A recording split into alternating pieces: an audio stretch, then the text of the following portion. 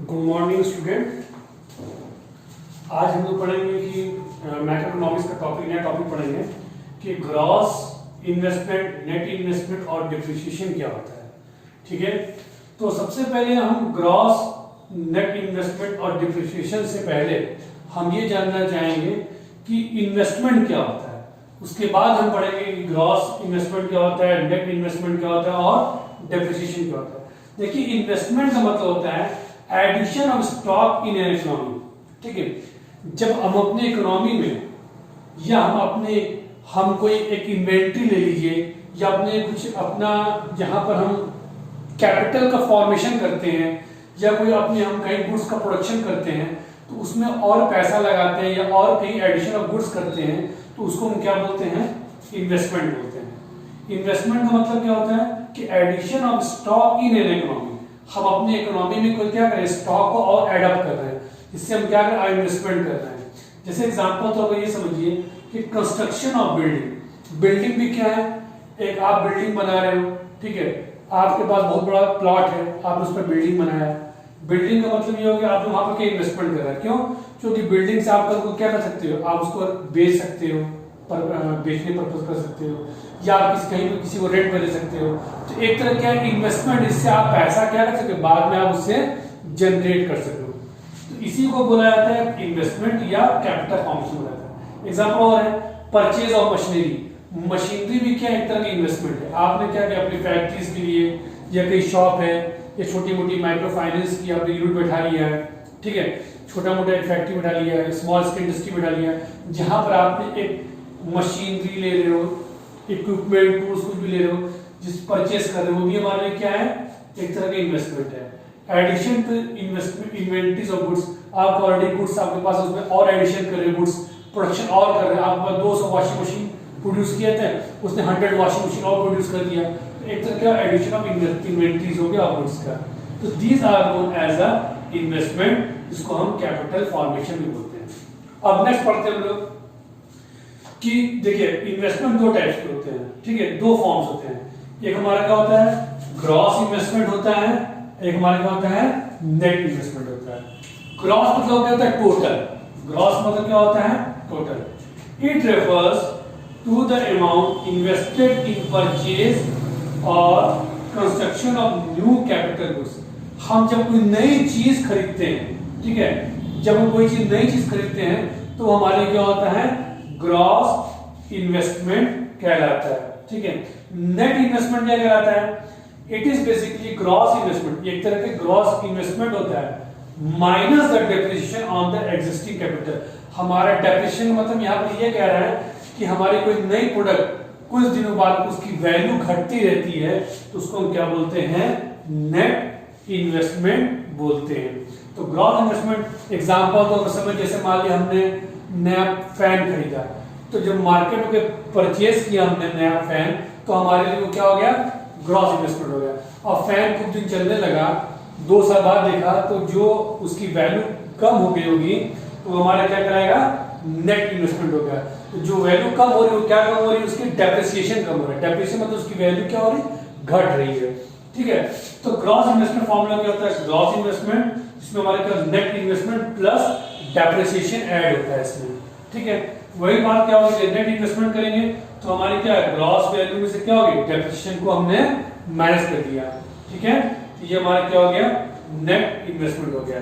Example तौर पर हमने मान लीजिए एक फैन खरीदा, वो फैन का दाम था 1000 रुपया, तो ये हमारी क्या हो गया, ग्रॉस वैल्यू हो गया। आफ्टर 2 इयर्स क्या हो गया, उसकी वैल्यू घटने, उसकी वैल्यू कितनी घटी, मान लीजिए उसकी वैल्यू 2 साल बाद कितनी घटती है, उसकी वैल्यू 500 घट जाती है। ठीक है, तो मान लीजिए, तो हमारे इन्वेस्टमेंट कितना होता है, नेट इन्वेस्टमेंट कितना होगा हमारा, नेट इन्वेस्टमेंट फॉर्मूला क्या है, net investment equal to gross investment minus depreciation. ठीक है, तो वैल्यू घटा लीजिए, ग्रॉस इन्वेस्टमेंट कितनी हो गई हमारे पास 1000 है, डेप्रिसिएशन कितनी हमारी 500, हमारी वैल्यू कितनी होगी हमारी 500। तो हमारी कितनी होगी, नेट इन्वेस्टमेंट हो गया। ठीक है, कॉन्सेप्ट क्लियर हो गया आपको। अब हम नेक्स्ट आगे नया टॉपिक पढ़ेंगे हम लोग कि नेट डेप्रिसिएशन के बारे में पढ़ेंगे। डिटेल डेप्रिसिएशन के बारे में, डिप्रिसिएशन होता है क्या।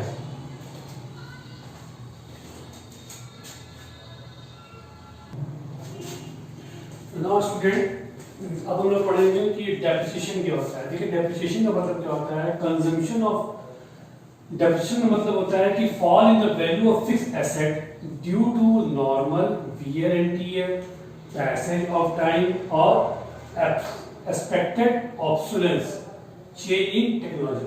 मतलब क्या होता है कि जो हमारे फिक्स्ड एसेट्स है, जैसे मान लीजिए हमने कोई भी मशीन को लगाया, ठीक है, उस मशीन को लगाने के बाद उसकी वैल्यू क्या हो रही है, नॉर्मल एंड वियर टियर, मतलब उसकी क्या हो रहा है, उसको कॉन्टिन्यूअस यूज करने पर एक टाइम पर और सडन टेक्नोलॉजी चेंज होने के बाद उसकी वैल्यू कम हो जाती है, इसी को बोलते हैं हम लोग डेप्रिसिएशन। डेप्रिसिएशन को बोलते हैं हम लोग कंजम्पशन ऑफ फिक्स्ड कैपिटल बोलते हैं, या करेंट रिप्लेसमेंट कॉस्ट भी बोलते हैं, या replacement cost of fixed capital बोलते हैं, और कैपिटल कंजम्पशन अलाउंस बोलते हैं। मतलब इसके 4 नाम हैं, मतलब डेप्रिसिएशन को लेकर के कुल 5 नेम्स है। तो एग्जाम में कभी कभी पूछ देता है कंजम्पशन ऑफ फिक्स्ड कैपिटल क्या होता है, तो ये डेप्रिसिएशन होता है। जनरली क्या है, 2 नाम ज्यादा पूछते हैं इसमें, ठीक है।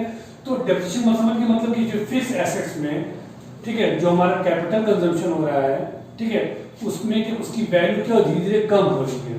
ठीक, क्या कम हो रही है, normal wear and tear, passage of time और ऑब्सोलेसेंस, मतलब टेक्नोलॉजी में चेंजेस हो रही है, इससे हमारी क्या हो रही है, वैल्यू घट रही है किसी प्रोडक्ट की।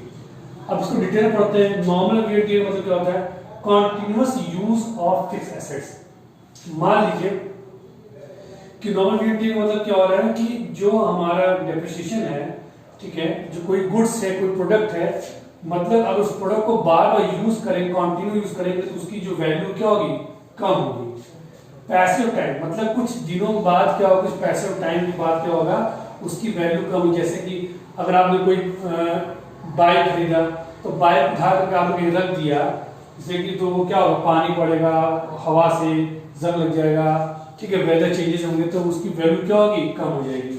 और एक्सपेक्टेड ऑब्सोलेंस मतलब क्या होता है कि सडन चेंज टेक्नोलॉजी, मतलब आपने कोई प्रोडक्ट खरीदा है तो मार्केट में पता चला 6 महीने बाद नई टेक्नोलॉजी आ गई, आपका प्रोडक्ट कोई किसी काम का नहीं रह जाएगा, ठीक है। आपने कोई नई टेक्नोलॉजी से प्रोडक्शन करना चाह रहे थे, पता चला कि अभी आपने मार्केट में, एग्जांपल आपने एलसीडी खरीदा टेलीविजन सेल करने के लिए, तो पता चला कि मार्केट में एलईडी आ गया, तो आपकी वैल्यू क्या होगी, कम हो गई उस प्रोडक्ट की। तो यही कह रहा है, ये हमारा क्या है, डेप्रिसिएशन है। डेप्रिसिएशन को समझ सकते हैं, जैसे ग्रॉस वैल्यू हमने बताया था, नेट वैल्यू प्लस डेप्रिसिएशन, ठीक है। तो डेप्रिसिएशन समझ सकते हैं कि ग्रॉस से अगर नेट पर जाना है, ठीक है, तो हम डेप्रिसिएशन निकाल देंगे तो हमारी क्या होगा, नेट वैल्यू आ जाएगी। ग्रॉस वैल्यू से अगर हम डेप्रिसिएशन को माइनस कर देंगे तो हमारी नेट वैल्यू आएगी, और नेट से अगर ग्रॉस जाना है तो उसमें हम डेप्रिसिएशन को ऐड कर देंगे तो हम ग्रॉस में पहुंच जाएंगे, ठीक है। तो ये ओवरऑल क्या था, डेप्रिसिएशन था। होप सो आपको यह कॉन्सेप्ट समझ में आया होगा। अब हमारा नेक्स्ट टॉपिक हम पढ़ेंगे, हमारा नेक्स्ट टॉपिक है नेट इनडायरेक्ट टैक्स क्या होता है, एनआईटी, ठीक है।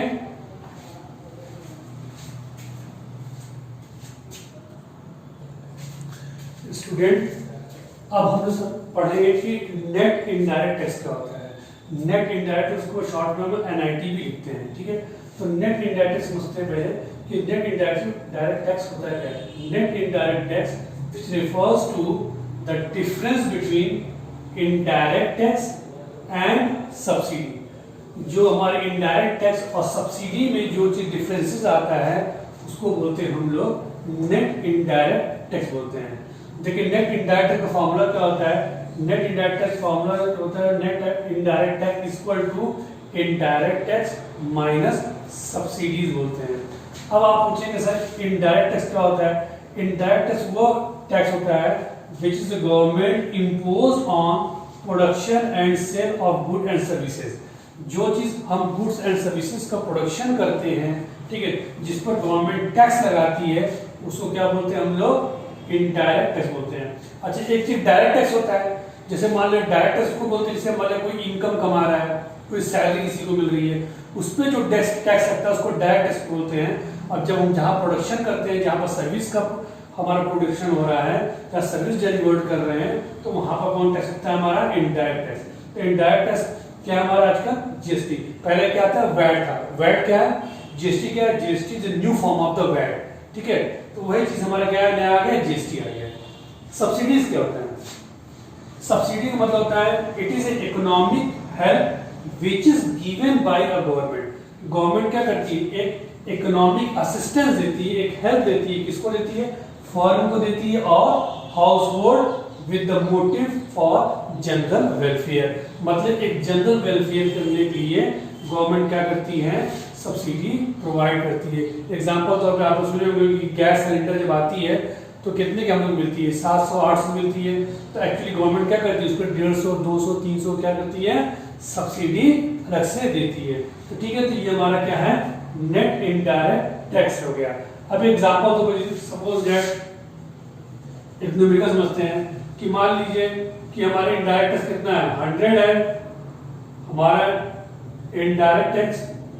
इनडायरेक्ट टैक्स कितना हमारा 100 है रुपीज है, और सब्सिडी कितनी हमारी है, सब्सिडी हमारी मान लीजिए 200 है।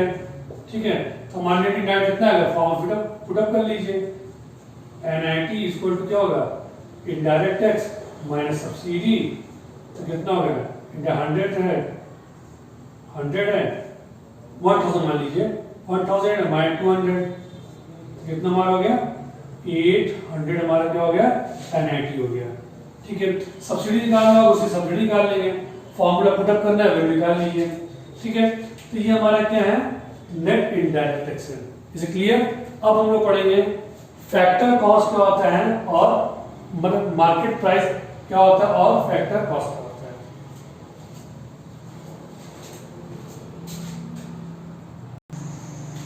स्टूडेंट, अब हम लोग नेक्स्ट वीडियो पढ़ेंगे कि फैक्टर कॉस्ट क्या होता है, और हमारा net factor income from abroad. ये दो टॉपिक हम अब नेक्स्ट वीडियो में पढ़ेंगे।